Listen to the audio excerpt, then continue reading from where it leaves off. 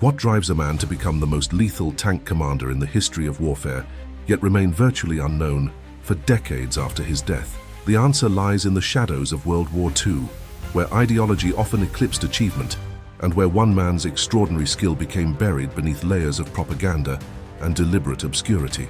Kurt Knispel destroyed more enemy tanks than any other tank commander in any army during the Second World War, with confirmed kills exceeding 150 armored vehicles. Yet his name remains absent from most history books, overshadowed by figures who achieved far less but fit more neatly into the narratives their nations wished to tell. The story of Kurt Knispel forces us to confront uncomfortable truths about how history is written, who gets remembered, and why. It challenges our understanding of heroism in war, particularly when that heroism occurs on the side we have collectively agreed to label as evil. Knispel's tale is not one of ideology or politics, but of raw technical mastery, split-second decision-making under fire, and an almost supernatural ability to see the battlefield in ways others could not. His legacy raises questions that extend far beyond the smoke-filled battlefields of Eastern Europe. Can we acknowledge extraordinary skill without endorsing the cause it served? Should military prowess be celebrated regardless of the uniform it wore? And what does it say about our relationship with history that we have allowed one of warfare's most accomplished practitioners to fade into near total obscurity? This is the story of a man who became a legend among those who fought beside him and against him, whose reputation spread through whispered conversations in tank crews across multiple armies, and whose final resting place remained unknown for decades. The tale of Kurt Knispel is one of technical brilliance, moral complexity, and the strange amnesia that can afflict collective memory when the truth becomes too complicated to fit into simple narratives of good versus evil. Kurt Knispel entered the world on September 20th, 1921, in the Czechoslovakian town of Salisov, then part of the Austro-Hungarian territories that would soon be absorbed into the newly formed Czechoslovak state. He grew up in the Sudetenland, that contested border region where German-speaking populations had lived for centuries, creating a cultural and linguistic island that would become a flashpoint in the geopolitical tensions leading to the Second World War. His father worked as a tradesman, and the family lived a modest existence in a region where economic hardship and ethnic tensions created a volatile mix of resentment and nationalism.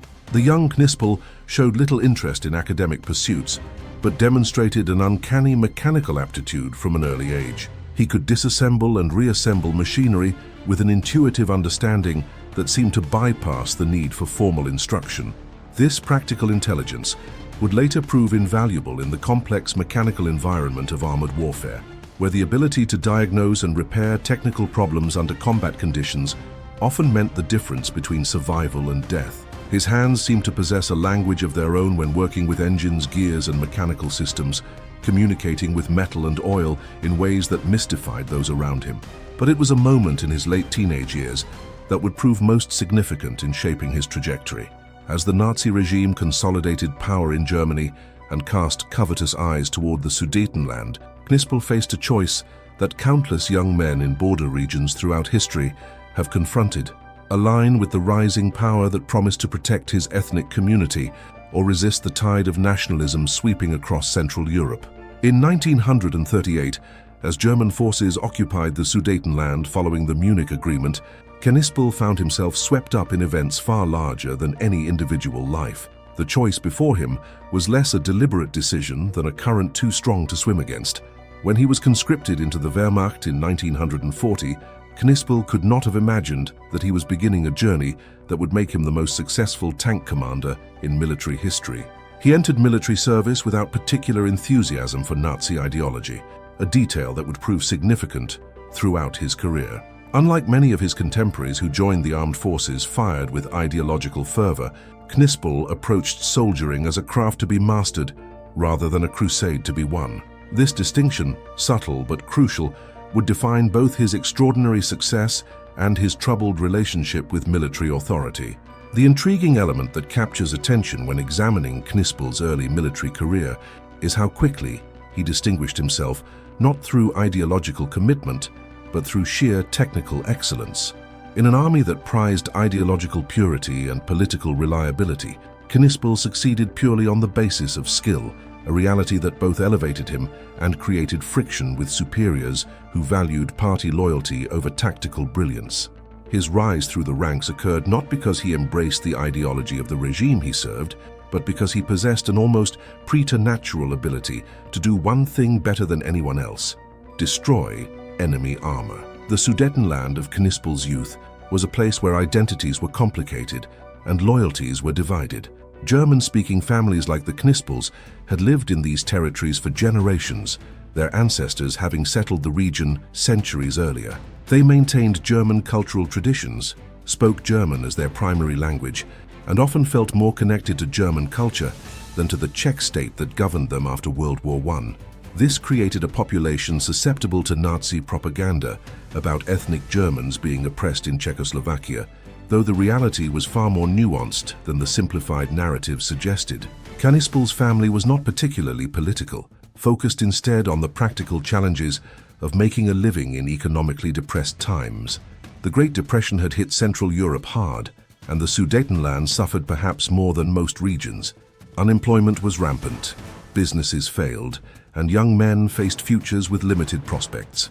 When Germany annexed the Sudetenland, many families saw it as a potential economic salvation, regardless of their feelings about Nazi ideology. For working-class families like the Knispels, politics was often a luxury they could not afford. Survival was the primary concern. Knispel's initial assignment to the tank forces came during the rapid expansion of Germany's armored divisions in the early years of the war. He began as a loader, the crew member responsible for loading shells into the tank's main gun, a position requiring speed, strength, and the ability to function effectively in the cramped, chaotic environment inside a combat vehicle. The interior of a German panzer tank was a hellish workspace, filled with acrid smoke, deafening noise, extreme temperatures, and the constant threat of catastrophic violence. Loaders worked in conditions that would break many men, handling heavy ammunition in confined spaces while the vehicle lurched and jolted across terrain, all while enemy shells exploded around them. But Knispel thrived in this environment. His mechanical intuition extended beyond the technical systems to encompass the tank as a complete organism, understanding how each component interacted with the others, how the vehicle moved through space, and how to maximize the efficiency of the crew's coordinated actions. He moved through the cramped interior with an economy of motion that seemed choreographed, his movements precise and purposeful, even in the midst of combat chaos. Other crew members noticed that working alongside Knispel felt different, that his presence somehow made the entire operation smoother, more efficient, more deadly. His progression from loader to gunner came quickly, driven by battlefield necessity and the recognition by his commanders that they possessed someone with extraordinary talent. As a gunner, Knispel's true abilities emerged. Tank gunnery in World War II was an art as much as a science, requiring the operator to calculate range, lead moving targets, compensate for the motion of their own vehicle, and account for wind, temperature, and ammunition characteristics, all while under fire and often while viewing the target through limited optics. The best gunners developed an almost instinctive feel for these calculations, their brains processing multiple variables simultaneously and unconsciously, their hands adjusting controls with minute precision. Knispel possessed this gift to a degree that seemed to transcend normal human capability. Fellow tankers reported that he could accurately engage targets at ranges they could barely see, that he scored first-round hits with uncanny consistency, and that he seemed to anticipate where enemy vehicles would move before they moved there.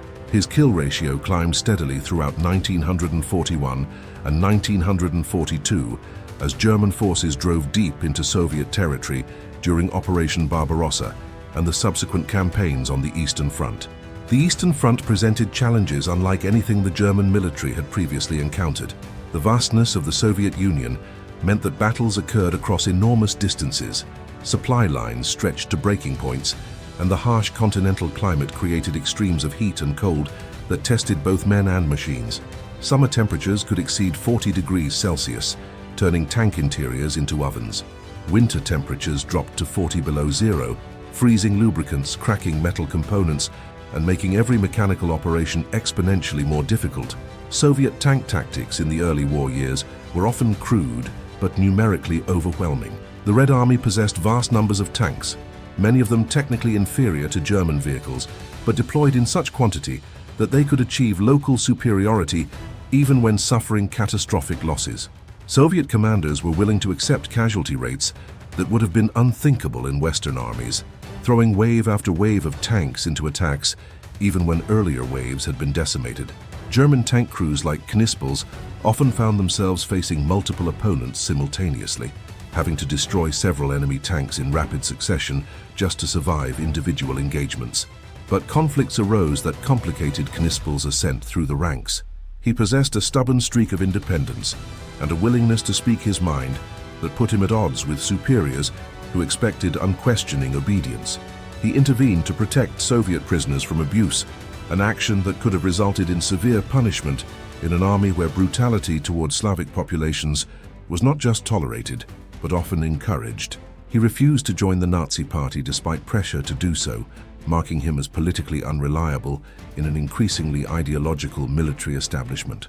He was known to criticize officers whom he considered incompetent, regardless of their rank or party connections, an attitude that earned him both admiration from fellow tankers and animosity from the command structure. These contradictions defined Knispel's wartime experience. He was simultaneously the most valuable asset in his unit and a disciplinary problem, a soldier whose battlefield achievements were undeniable, but whose attitude made him unsuitable for promotion to the highest levels of command. He received numerous combat decorations, but was repeatedly passed over for advancement because of his political unreliability and his refusal to conform to the expected profile of a Wehrmacht officer.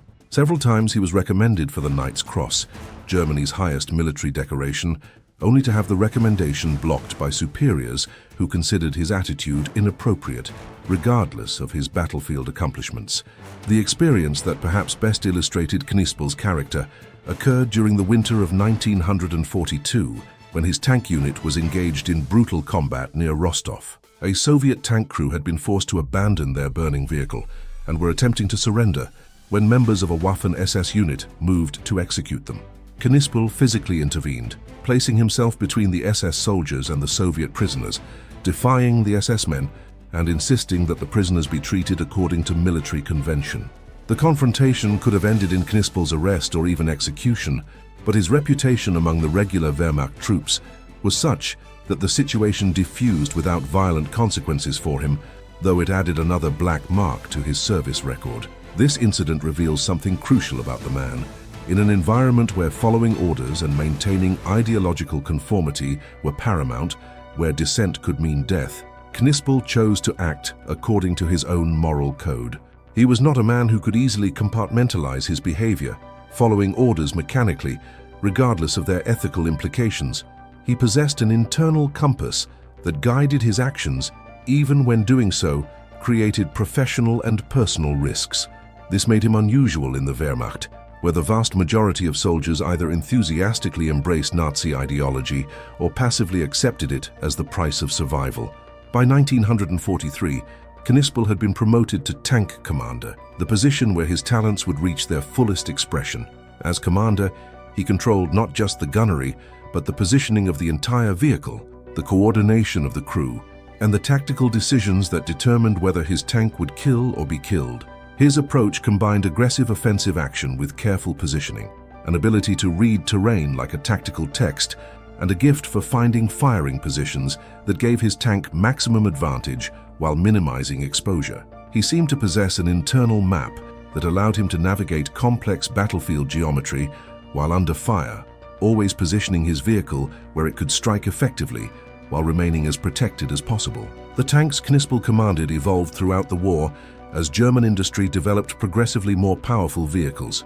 He served in Panzer III and Panzer IV tanks during the early and middle war years, then graduated to the formidable Tiger I with its 88mm gun, and finally to the massive Tiger II in the war's final months.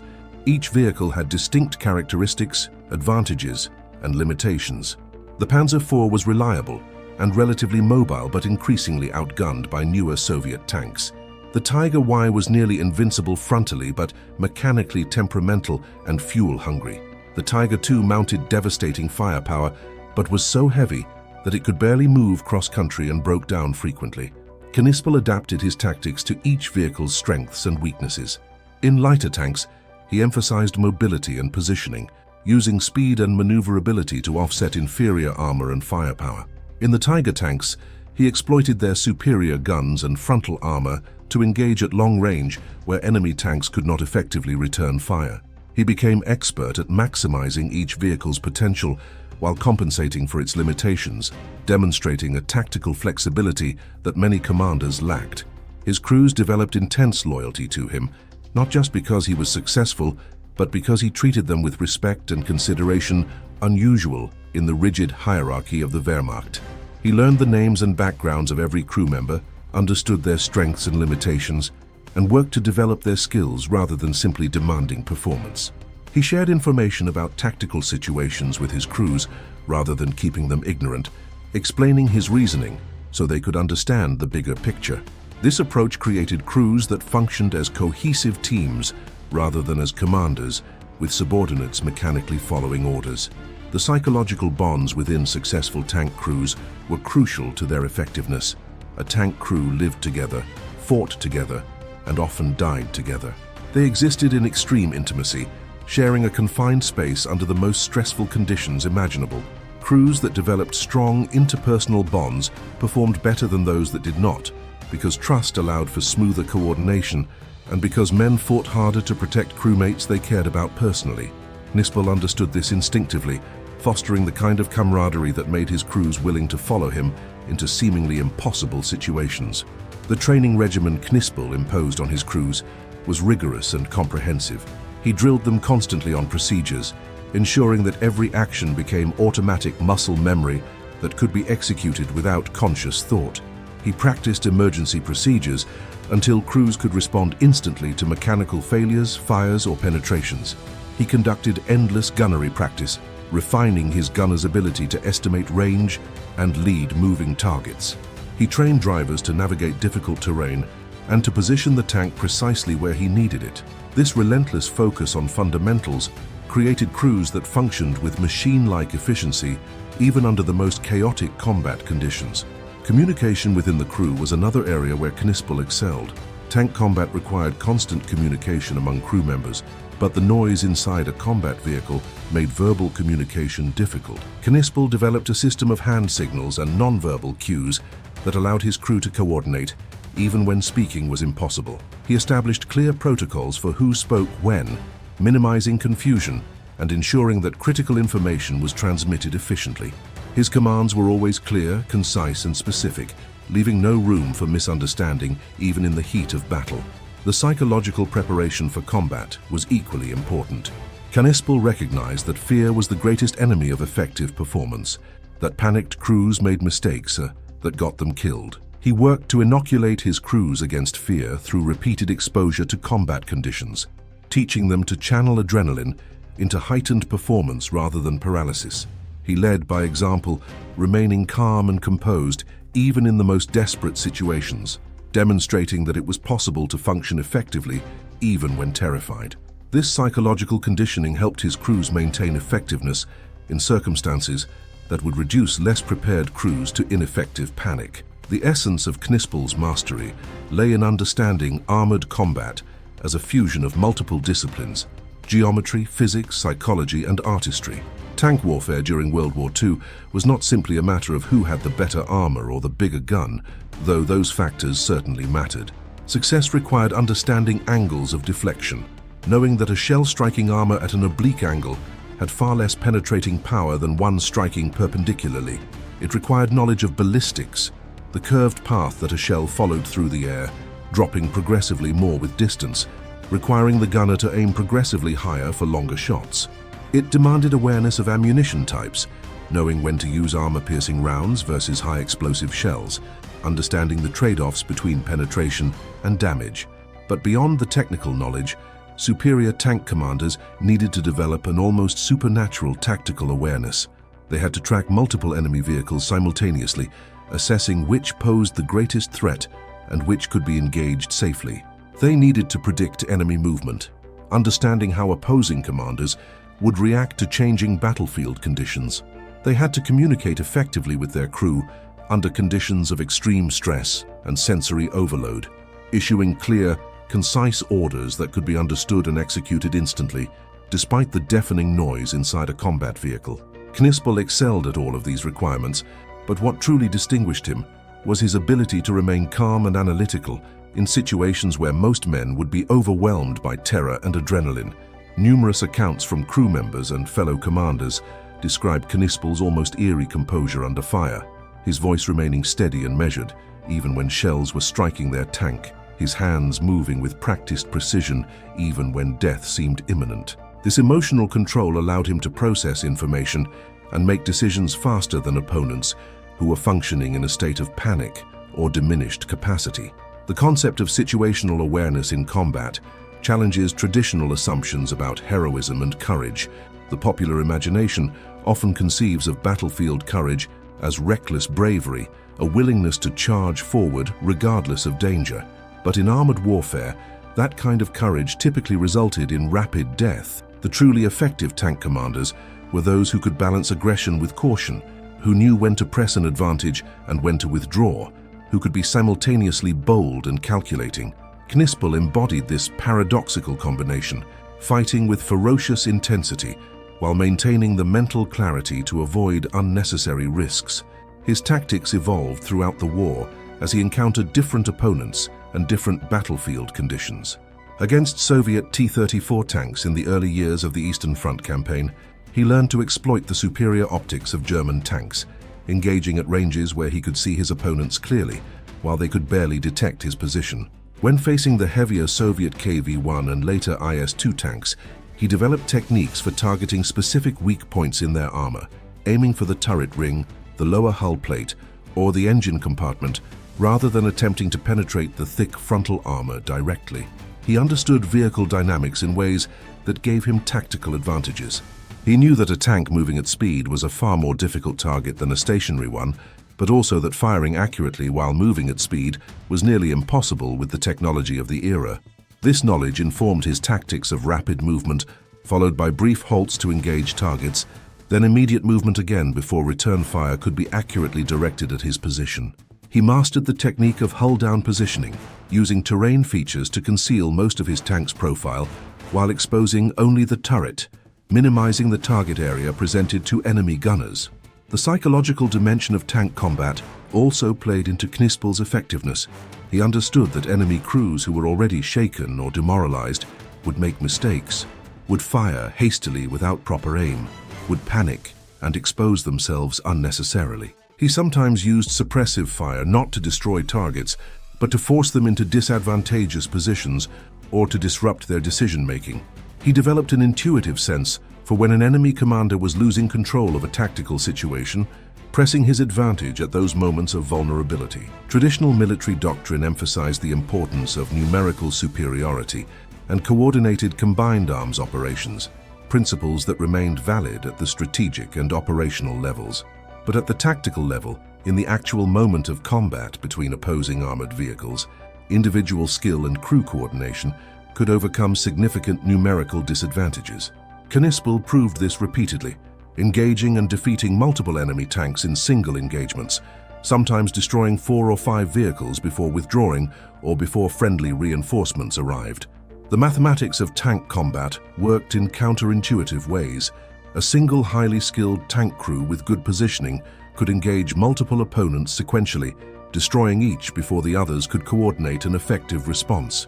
The key was to maintain tactical initiative, to keep opponents reacting rather than acting, to create situations where enemy tanks were forced to expose themselves while remaining vulnerable. Knispel excelled at creating these asymmetrical encounters, using terrain, timing, and tactical creativity to manufacture advantages even when outnumbered. Weather conditions played enormous roles in tank operations, and Knispel learned to exploit meteorological factors that others might view as mere obstacles. Heavy rain turned battlefields into quagmires where lighter tanks became immobilized, but Knispel used these conditions to his advantage by positioning in areas with better drainage or harder ground. Snow could provide concealment or reveal enemy positions through tracks. Fog limited visibility for everyone, but favored defenders who knew the terrain. Extreme cold made diesel engines difficult to start, but Knispel ensured his crews maintained their vehicles meticulously so they remained operational when enemy tanks failed. The seasons on the Eastern Front created dramatically different tactical environments. Spring and fall brought Rasputitsa, the infamous mud season when melting snow or autumn rains turned the largely unpaved landscape into an ocean of mud that could swallow vehicles entirely. Summer offered relatively good mobility, but also dust that revealed positions and choked air filters.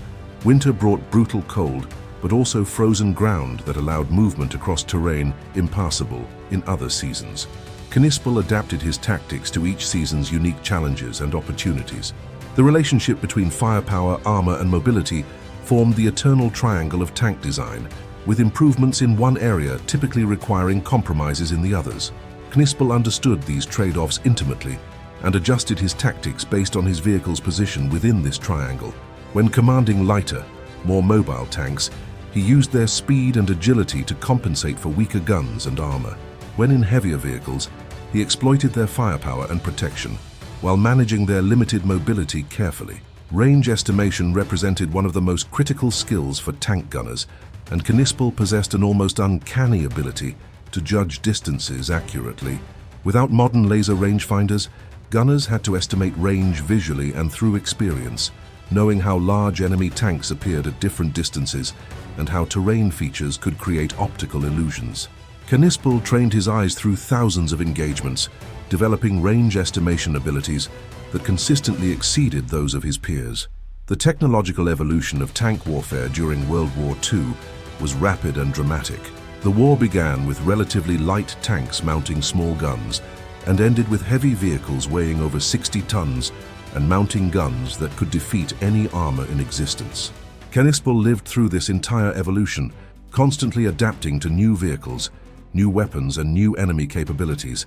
His ability to maintain effectiveness despite these changing circumstances demonstrated intellectual flexibility alongside technical mastery.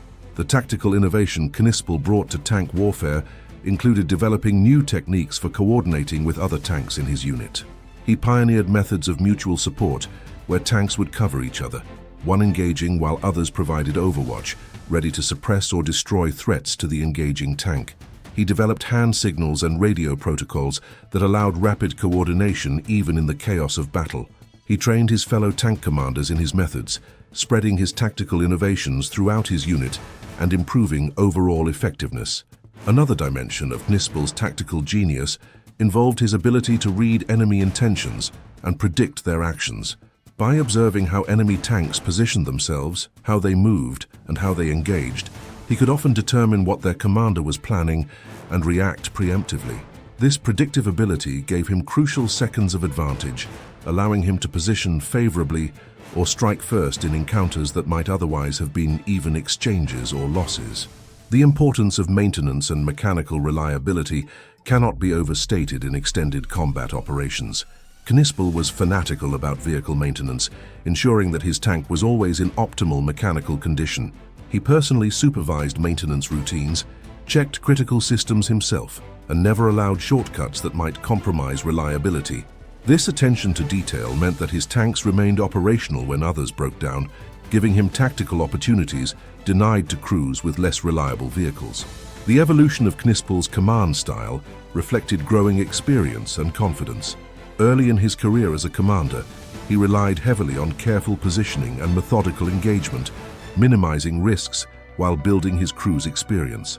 As his skills and his crew's capabilities increased, he became progressively more aggressive, taking calculated risks that would have been foolish for less capable crews, but that his team could execute successfully. By the later war years, he had developed a command style that blended aggression with precision, striking hard and fast, but always maintaining tactical awareness and avoiding unnecessary exposure. The integration of intelligence information into tactical decision-making was another area where Knispel excelled. He paid close attention to reports about enemy dispositions, capabilities, and tactics, using this information to predict where contacts were likely and what types of vehicles he might encounter. This allowed him to prepare mentally and tactically for engagements before they occurred, choosing ammunition types and positioning strategies based on expected opposition. His ability to synthesize intelligence with tactical planning gave him yet another advantage over opponents who reacted to situations without adequate preparation. The insights that emerge from studying Knispel's combat record extend far beyond the narrow domain of tank warfare tactics. His experience demonstrates the crucial importance of technical mastery in high-stakes environments where theoretical knowledge must be translated into effective action under extreme pressure. Modern military training emphasizes this principle, recognizing that soldiers facing life-or-death situations need skills so deeply ingrained that they can be executed almost unconsciously, freeing cognitive resources for higher-level tactical thinking. Knispel's approach to crew coordination provides valuable lessons in leadership and team dynamics. Tank combat required absolute coordination among crew members, with each person performing specialized tasks that had to mesh seamlessly with the actions of others. The loader had to maintain a precise rhythm of shell handling, anticipating the gunner's needs and ensuring that the right ammunition type was loaded at the right moment. The driver had to respond instantly to the commander's positioning orders while maintaining awareness of terrain obstacles and potential traps. The radio operator had to maintain communication with other tanks and with higher headquarters, while also serving as a hull machine gunner when necessary. Knispel forged his crews into highly effective teams not through authoritarian control, but through clarity of communication, consistency of expectations, and demonstrated competence that earned their trust. Crew members reported that they felt safer under Knispel's command than under any other commander, not because he took fewer risks, but because his tactical decisions made sense, because he explained his reasoning, and because his track record proved that his methods worked. This trust created a feedback loop where crew members performed at higher levels because they believed in their commander, which in turn led to greater success and stronger trust. The importance of living the experience rather than idealizing it becomes apparent when examining the difference between theoretical military doctrine and actual combat practice. Doctrinal manuals could describe proper tank tactics in abstracted, generalized terms, but the reality of combat involved countless variables that no manual could fully address. Wind conditions affected shell trajectory. Temperature variations changed engine performance. Terrain that looked passable on a map turned into impassable obstacles when actually encountered. Enemy behavior deviated from predicted patterns. Effective commanders like Knispel developed their skills through direct experience, through the constant cycle of action, observation, and adaptation. They learned to trust their intuitions, which were actually the unconscious processing of thousands of prior observations and experiences. They developed pattern recognition abilities that allowed them to identify tactical opportunities and threats faster than conscious analysis would permit. This experiential knowledge could not be taught in classrooms or learned from books. It could only be acquired through the lived reality of combat. The brutal truth that emerges from Knispel's story is that warfare rewards a very specific type of excellence, one that can be divorced from moral consideration or ideological commitment. Knispel did not need to believe in Nazi ideology to be extraordinarily effective at destroying enemy tanks. His skill was a technical and tactical excellence that existed independently of the political purposes it served. This creates profound discomfort for those who prefer to believe that effectiveness in just causes flows from moral superiority rather than from skill, training, and experience. Knispel's solutions to tactical problems often involved finding positions that other commanders would not consider viable or would not recognize as advantageous. He used terrain features creatively, sometimes positioning his tank in locations that seemed overly exposed, but that actually provided superior fields of fire and escape routes. He developed techniques for engaging multiple targets in rapid succession, destroying one enemy tank and immediately shifting to the next before opponents could coordinate their response. He trained his crews to achieve reload times faster than standard expectations, giving his tank a higher rate of fire that translated directly into tactical advantage. The proposal that emerges from analyzing Knispel's methods is that in high-stakes technical environments, mastery comes from the integration of multiple forms of knowledge: theoretical understanding of underlying principles, technical proficiency with equipment and procedures, tactical awareness of patterns and possibilities, and the emotional regulation necessary to perform under extreme stress. Remove any one of these elements and performance degrades significantly. Knispel possessed all four in exceptional measure, creating a combination that made him uniquely effective. Training methods that produce soldiers like Knispel require more than simple repetition of procedures. They demand challenging students with complex, realistic scenarios that force them to integrate multiple skills simultaneously. They require creating stress inoculation so that soldiers learn to function effectively even when terrified. They necessitate individualized instruction that recognizes and develops each person's unique capabilities while addressing specific weaknesses. Modern military training has moved increasingly toward these principles, though resource constraints often prevent their full implementation. The role of feedback in skill development cannot be overstated. Knispel received immediate, unambiguous feedback on his performance. He either destroyed the enemy tank or he did not. This clarity accelerated his learning, allowing him to rapidly identify what worked and what did not. In training environments, creating similarly clear and immediate feedback mechanisms helps students develop skills more quickly and more thoroughly than traditional approaches that provide only delayed or ambiguous assessment. Mechanical sympathy, the ability to understand and work effectively with machinery, formed a crucial component of Knispel's success.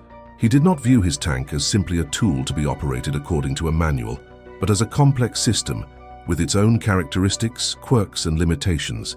He learned to listen to his tank, to hear in the engine sounds and feel in the vehicle's responses when something was wrong or when performance was optimal.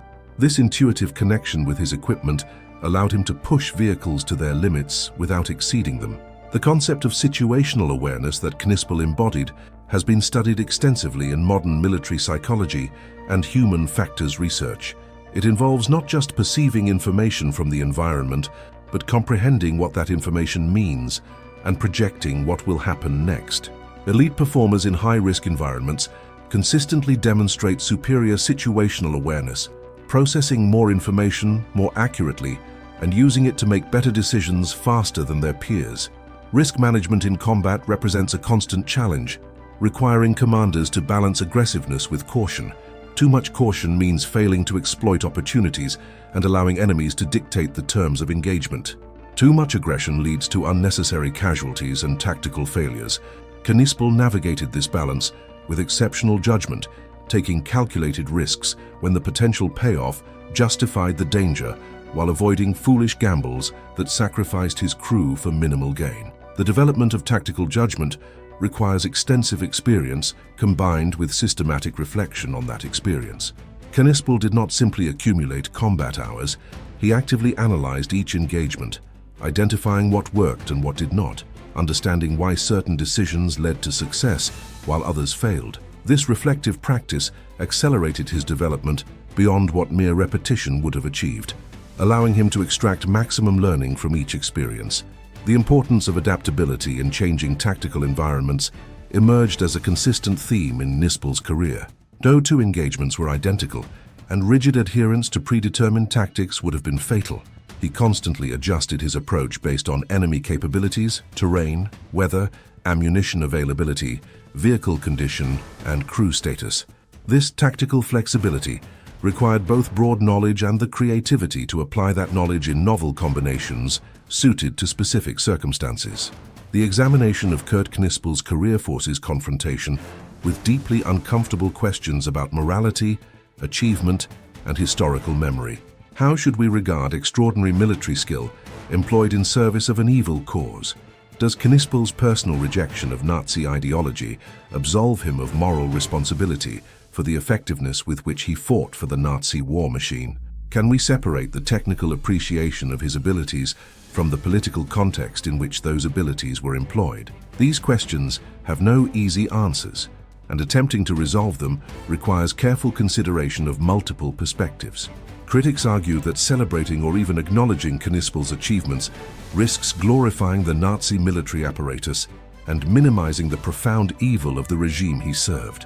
They point out that every tank Knispel destroyed contributed to prolonging a war that resulted in millions of deaths, that extended the Holocaust, that increased the suffering inflicted on occupied populations.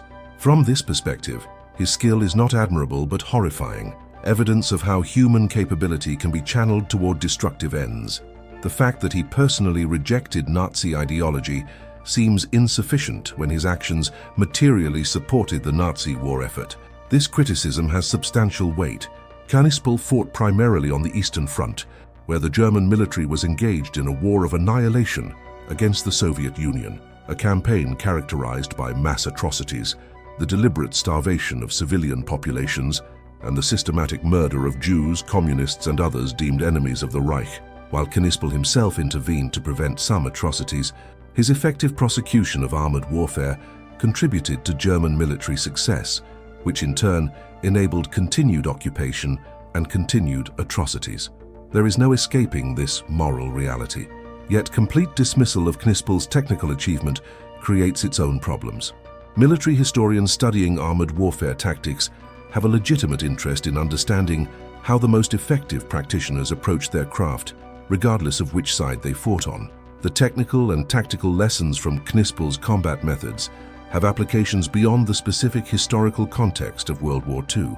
Refusing to study these methods because of the cause he served would impoverish military understanding and potentially cost lives in future conflicts where that knowledge might make the difference between victory and defeat.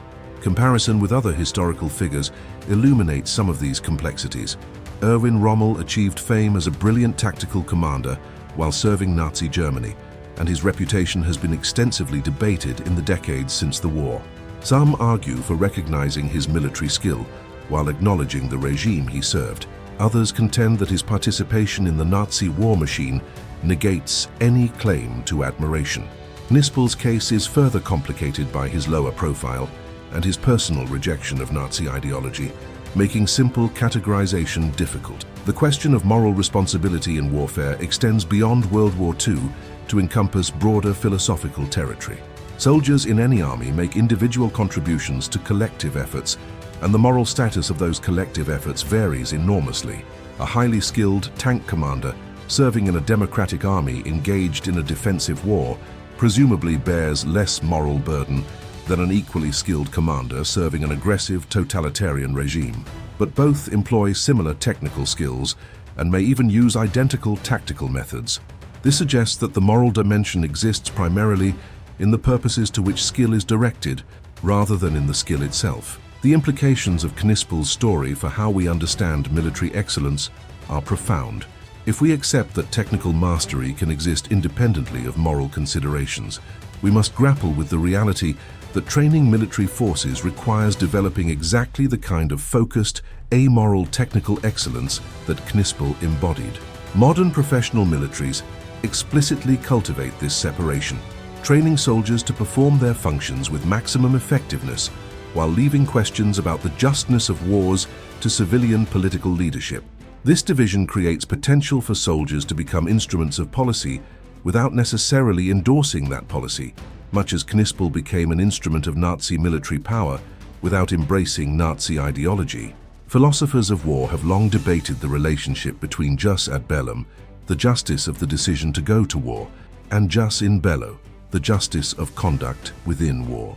Traditional just war theory maintains that these are separate categories, that a soldier fighting in an unjust war can still conduct himself ethically within the constraints of that war, while a soldier fighting in a just war can still commit atrocities. Knispel's career raises questions about whether this separation can be maintained, whether the very act of fighting effectively for an unjust cause constitutes a moral failing regardless of personal ethics. The deliberate obscurity that shrouded Knispel's achievements for decades after the war reflects broader societal discomfort with these questions. Soviet authorities, who might have publicized the prowess of their opponents to magnify their own victory, instead minimized German military capabilities, preferring narratives that emphasized Soviet courage and determination rather than German skill. Western Allied nations, having invested heavily in narratives of inevitable triumph over an evil enemy, showed little interest in acknowledging that some of their opponents were extraordinarily capable. German society, engaged in collective reckoning with Nazi crimes and attempting to build a new democratic identity, had little appetite for celebrating military achievements from the Nazi era. Only in recent decades has military history begun to examine figures like Knispel with more nuance, attempting to understand the technical and tactical dimensions of their achievements while maintaining awareness of the political context.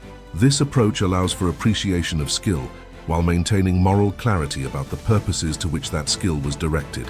It permits learning from effective tactics without endorsing the causes those tactics served. The reflection on Knispel's legacy must also consider what his story reveals about the nature of historical memory and the politics of commemoration. His near absence from popular historical consciousness, despite having the highest confirmed kill count of any tank commander in history, demonstrates how political and ideological factors shape what gets remembered and what gets forgotten. History is not simply an objective record of what happened, but a contested terrain where nations and cultures argue about meaning, about heroes and villains, about which stories get told and which fall into silence. The treatment of Wehrmacht veterans in post-war Germany involved complex negotiations between acknowledging their experiences and distancing society from Nazi crimes. Many veterans struggled with feelings of betrayal, having fought for what they believed was their country, only to have their service retroactively delegitimized by the criminal nature of the regime they served. This created psychological and social challenges that persist even into the 21st century, as the last surviving veterans grapple with how to understand their own life experiences. Knispel's personal character adds layers to these moral calculations. His documented interventions to protect prisoners, his refusal to join the Nazi Party, his willingness to challenge authority when he believed it was acting immorally, these actions suggest a man attempting to maintain ethical standards despite serving an unethical cause. Does this matter morally? Should it affect how we regard his military achievements? Different ethical frameworks provide different answers to these questions.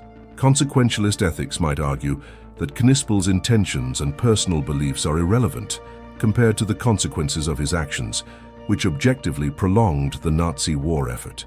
Virtue ethics might focus on his character and the moral courage he displayed in difficult circumstances, arguing that these personal qualities deserve recognition even if his broader service was problematic. Deontological ethics might examine whether he violated absolute moral prohibitions, potentially finding his conduct more defensible than that of Wehrmacht members who participated directly in atrocities. The challenge of historical judgment becomes even more complex when considering the limited agency individuals possess within totalitarian systems. Once conscripted into the Wehrmacht, what realistic options did Knispel have? Desertion would likely have resulted in execution and potentially retaliation against his family. Deliberate combat incompetence would have endangered his crew and fellow soldiers. Outright resistance would have been futile and fatal. Within the constraints he faced, performing his military function competently while maintaining personal ethical standards where possible may have represented the most moral course available. Yet this argument has limits. Many German soldiers did resist, did desert, did refuse orders, often paying with their lives for these choices. The existence of these examples demonstrates that agency, however constrained, still existed. Knispel made choices within his circumstances, and those choices had moral dimensions, regardless of how limited his options were. The question of what we can reasonably expect from individuals caught in such circumstances remains philosophically vexing. Contemporary relevance emerges when considering modern military service and the ethical obligations of soldiers serving in controversial conflicts. How should soldiers respond when they believe their nation is fighting an unjust war?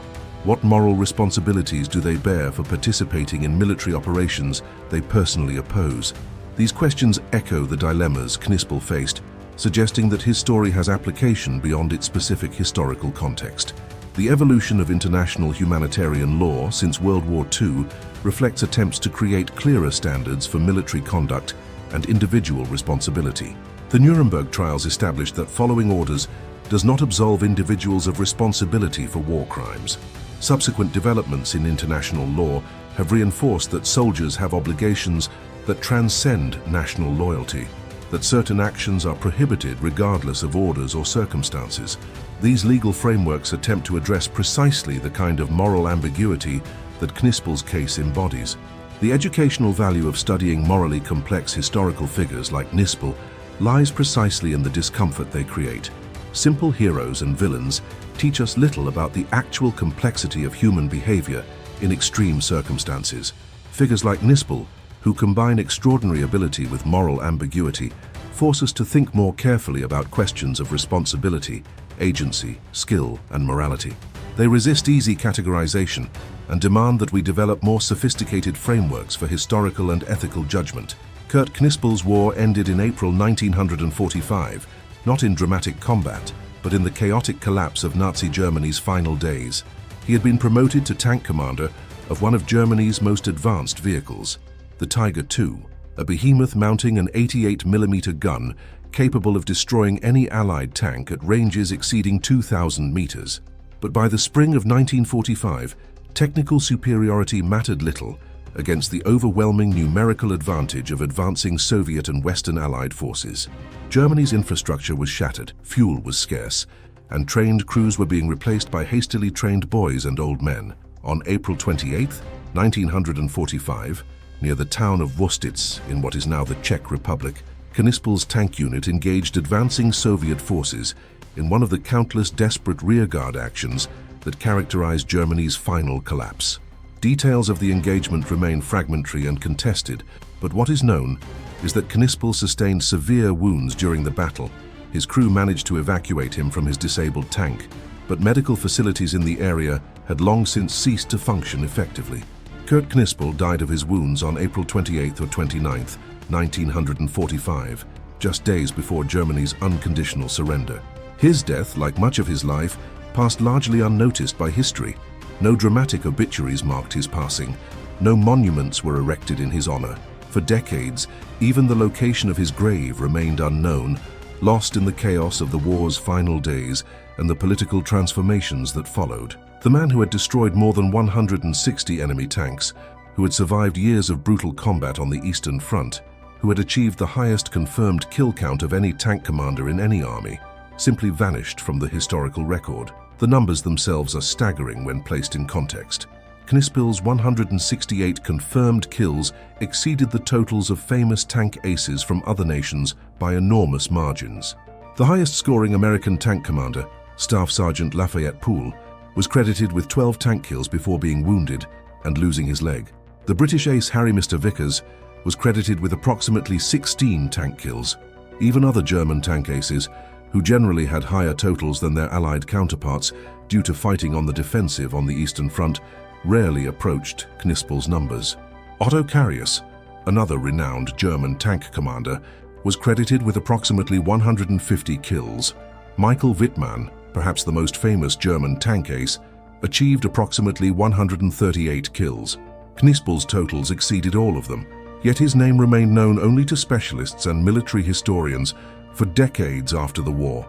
The reasons for this obscurity were multiple and overlapping. His personal rejection of Nazi ideology meant that Nazi propaganda did not celebrate him as they did commanders like Wittmann, who was a committed Nazi and whose death in combat against Western Allied forces made him a suitable martyr figure. His repeated clashes with authority meant that even within the Wehrmacht he was not put forward for the highest decorations and recognition. After the war, the victorious powers had no interest in publicizing the effectiveness of their opponents, while German society was attempting to distance itself from its Nazi past rather than celebrating military achievements from that era. Only in the 1970s and 1980s did military historians begin to uncover Knispel's record, piecing together information from unit records, after-action reports, and testimony from surviving crew members and fellow tankers. What emerged was a portrait of a man whose abilities bordered on the incredible, whose tactical sense seemed to operate at a level beyond ordinary human capacity, and whose personal character included elements of moral courage that complicated simple narratives about the Wehrmacht. The rediscovery of Knispel's story has sparked ongoing debate about how to regard such figures. Some military historians argue that his technical achievements deserve recognition purely as a matter of historical accuracy, that understanding how the most effective tank commanders operated provides valuable insights regardless of which side they fought on. Others contend that any celebration of military effectiveness in service of Nazi Germany risks minimizing the evil of the regime and the suffering it caused. This tension remains unresolved and perhaps ultimately irresolvable, reflecting deeper uncertainties about how societies should remember wars and warriors.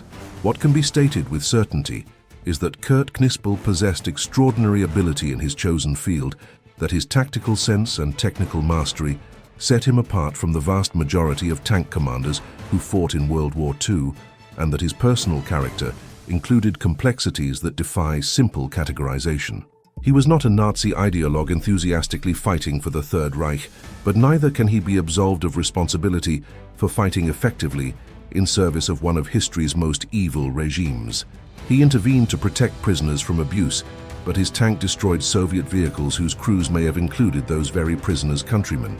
He rejected political indoctrination, but he mastered the instruments of war that gave that political system its power. The search for his grave became something of a minor historical quest, with researchers and veterans attempting to locate where he had been buried in the chaotic final days of the war.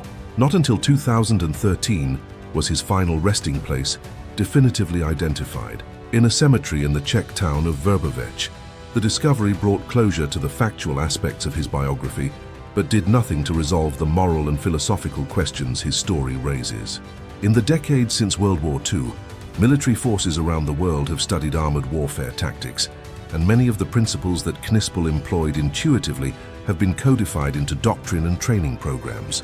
Modern tank commanders learn about hull-down positioning, about the importance of first-round hits, about coordinating movement and fire, about using terrain to gain tactical advantage. They are, in a sense, learning lessons that commanders like Knispel discovered through hard experience on the battlefields of Eastern Europe.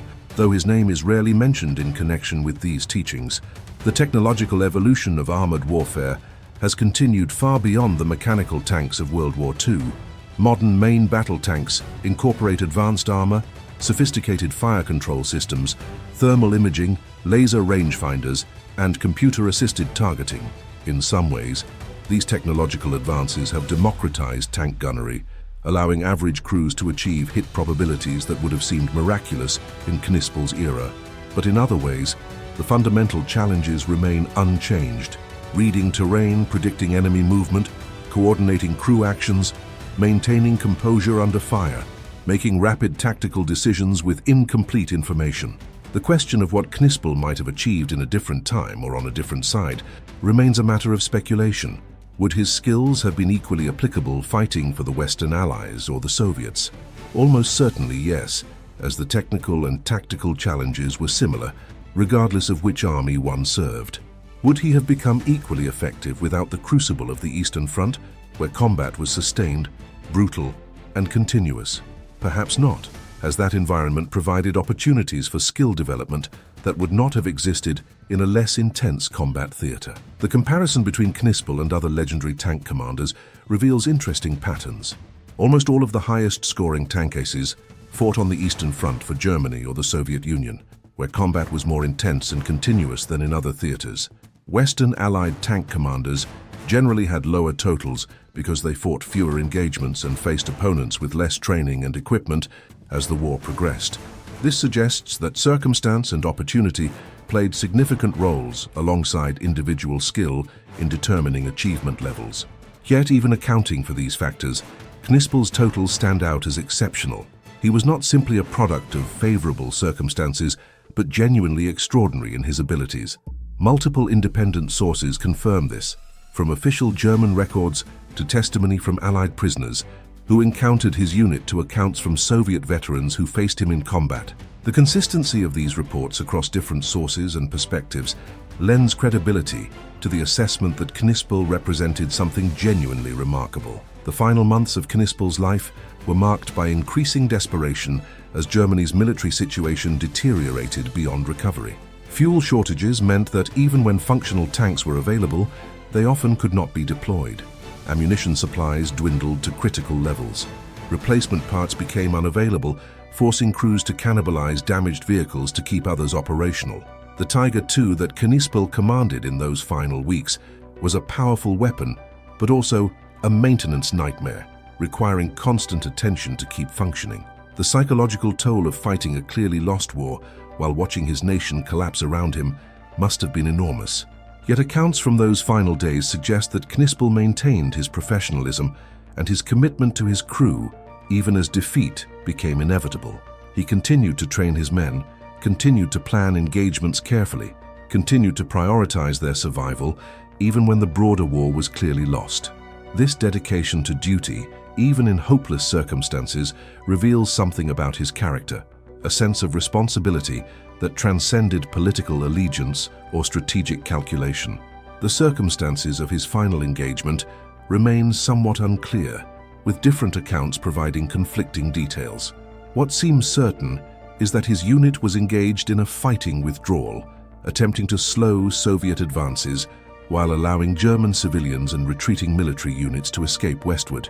This was thankless, dangerous work, requiring small units to hold positions against overwhelming opposition, buying time with their lives for others to flee. That Knispel was killed in such an action seems grimly appropriate, his final sacrifice benefiting not the Nazi regime, but ordinary people attempting to escape the war's devastation. What the story of Kurt Knispel ultimately forces us to confront is the uncomfortable reality that human excellence can be directed toward any purpose, that skill and morality exist in different categories, and that history is far more complex than simple stories of heroes and villains.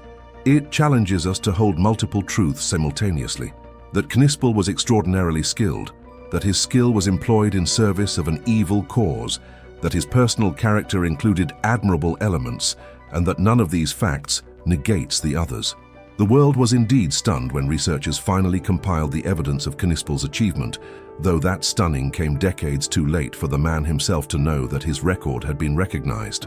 The stunning came from the stark numbers, from the realization that one man had been so extraordinarily effective at destroying enemy armor, and from the recognition that such a significant figure had been omitted from standard historical accounts for so long. But perhaps the deeper stunning should come from what his story reveals about how we construct and curate historical memory, about what we choose to remember and what we allow to be forgotten, and about how the politics of the present shape our understanding of the past. Kurt Knispel destroyed over 160 tanks in combat. He survived years of brutal warfare on the Eastern Front. He rejected the ideology of the regime he served while still serving it effectively. He intervened to protect prisoners despite the risk to himself. He died in the final days of a catastrophic war and then largely vanished from history. His story is not comfortable or simple, and perhaps that discomfort and complexity is precisely why it matters, why it deserves to be told and examined and debated. History is not served by forgetting those who do not fit neatly into preferred narratives. Even when remembering them forces us to grapple with difficult questions about skill, morality, achievement, and responsibility in the midst of humanity's darkest moments.